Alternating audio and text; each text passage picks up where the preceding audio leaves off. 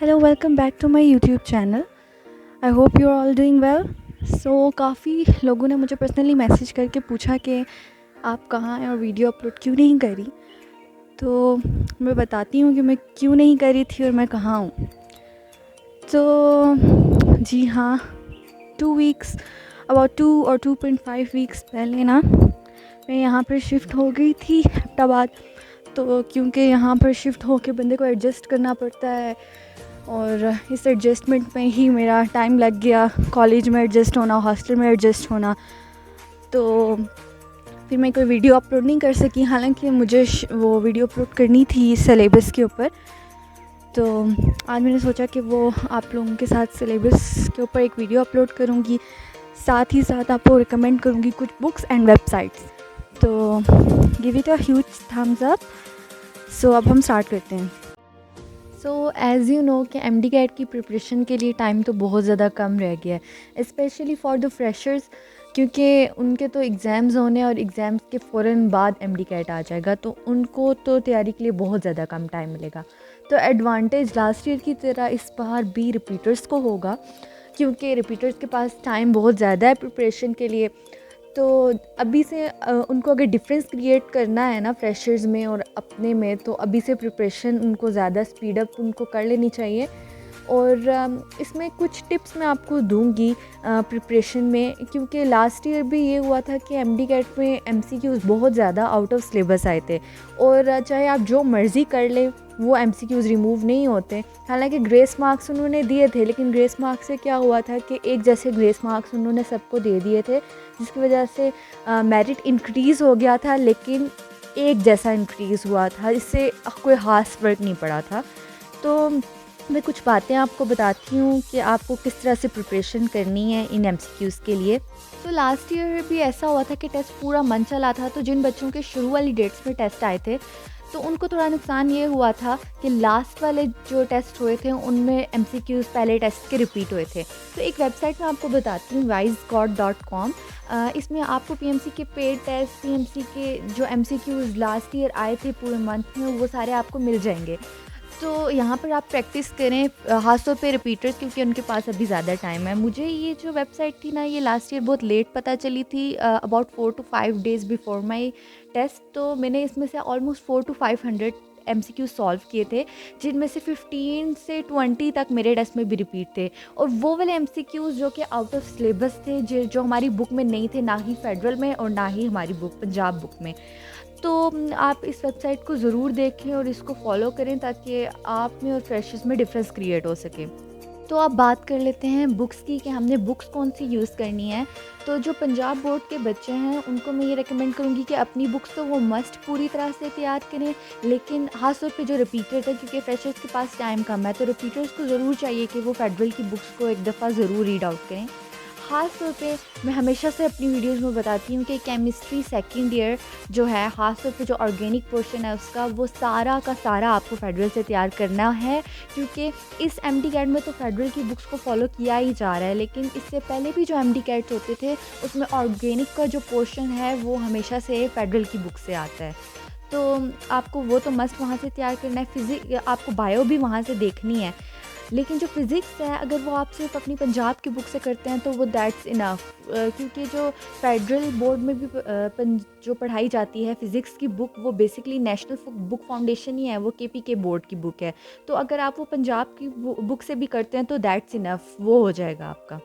तो आपको एक और टिप मैं ये दूंगी कि अगर किसी चैप्टर के कुछ टॉपिक्स लिखे हुए हैं, जैसे कि फॉर एग्जांपल बायोलॉजी है, उसमें चैप्टर एक इंक्लूड है द सेल, उसमें कुछ ऑर्गेनेल्स दी हुई हैं और कुछ उन्होंने स्किप की हुई हैं, तो PMC वाले कभी भी बाज नहीं आते आउट ऑफ सिलेबस MCQs डालने से। तो आपने ये कोशिश करनी है, ये मैं रिपीटर्स को कह रही हूँ, फ्रेशर्स को नहीं कह रही, रिपीटर्स के पास टाइम है, अगर उनसे हो सकता है तो वो पूरा चैप्टर करें जो सिलेबस में गिवन है, क्योंकि PMC वाले ना जो चैप्टर उन्होंने दिया हुआ है उसमें वो आउट ऑफ सिलेबस MCQ ज़रूर डाल देते हैं। जैसे कि अगर सेल मेम्ब्रेन है, सेल वॉल इंक्लूड नहीं है, तो सेल वॉल से भी एक MCQ उठा के दे देंगे रेयर केसेस में, लेकिन ऐसा हुआ है लास्ट टाइम। तो आप कोशिश करें कि सारा चैप्टर कर लें, इस तरह आपका नम्स भी प्रिपेयर हो जाएगा और आपका MD कैट भी प्रिपेयर हो जाएगा।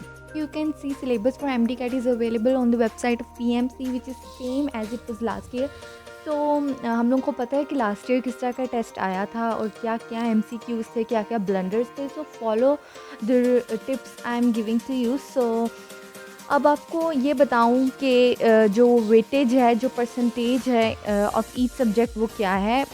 ये जैसे कि आपको स्क्रीन पे शो हो रहा है कि बायोलॉजी का पोर्शन जो कि पहले 80 एमसीक्यूज़ थे उसको 68 कर दिया गया है। केमिस्ट्री जो कि पहले 60 एमसीक्यूज़ थे 56 हैं। फिज़िक्स को बढ़ा दिया है, 40 एमसीक्यूज़ होते थे अब 56 हो गए हैं। इंग्लिश के जो एमसीक्यूज़ हैं वो उतने ही हैं 20, लेकिन इसकी जो वेटेज है वो थोड़ी सी कम हो गई है। तो जो लॉजिकल रीजनिंग है वो हमारे पास आ गई है एक्स्ट्रा चीज़ 10%। बच्चे बहुत कंफ्यूज होते हैं लॉजिकल रीजनिंग को लेके। इसको लेके जो है ना, बच्चे टेंशन क्यों लेते हैं मुझे नहीं समझ आती। बहुत आसान पोर्शन आता है लॉजिकल रीजनिंग का।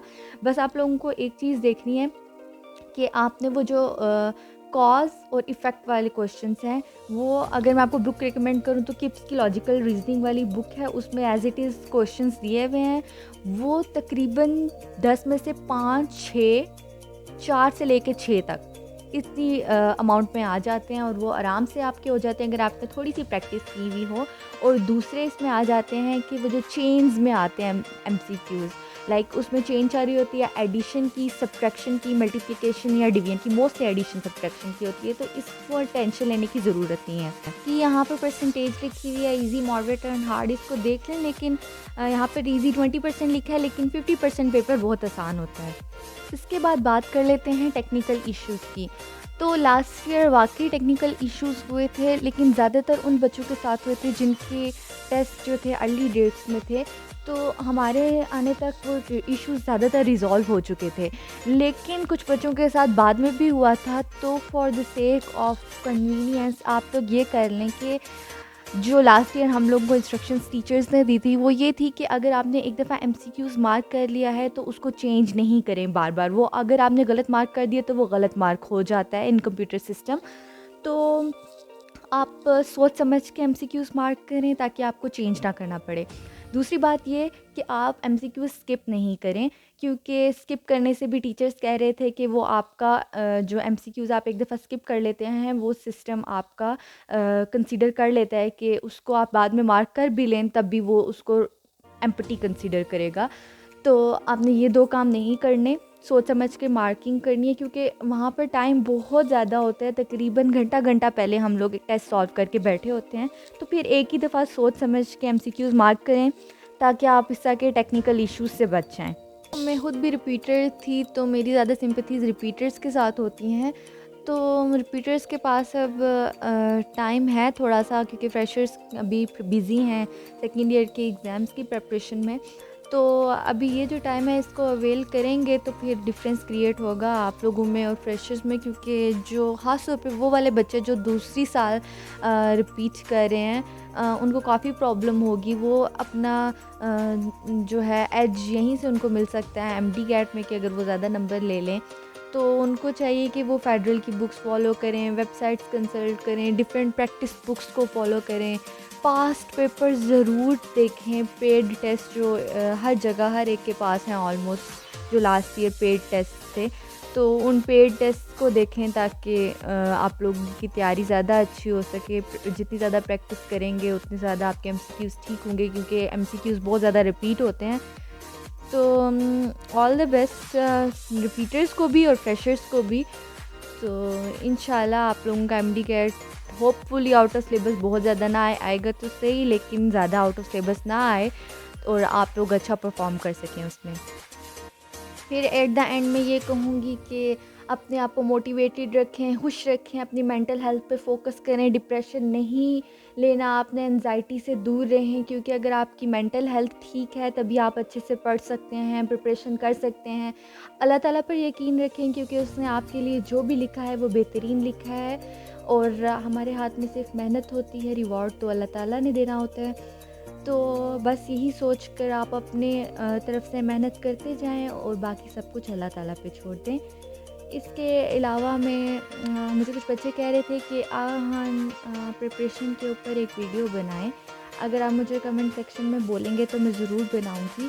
और एक और बात कि कुछ लोग कह रहे थे कि अयूब मेडिकल कॉलेज की मतलब एक इंट्रोडक्टरी वीडियो बना के अपलोड करें। अगर आप लोग वो चाहते हैं कि मैं एक कॉलेज का टूर आप लोगों को करवाऊँ वया वीडियो, तो वो भी आप मुझे कमेंट सेक्शन में बताएंगे तो इंशाल्लाह मैं ज़रूर बनाऊँगी। अब तक के लिए बस इतना ही, और बस आप लोगों को ऑल द बेस्ट, और आप लोग बस मेहनत करें और अल्लाह ताला पर यकीन रखें। कोई क्यूरी हो, कोई क्वेश्चन हो, कोई एमसीक्यूज़ हो तो आप ज़रूर कमेंट सेक्शन में लिखें, तो मैं ज़रूर उसके बारे में कोई वीडियो बनाऊँगी। Thank you so much. Allah हाफ़िज़।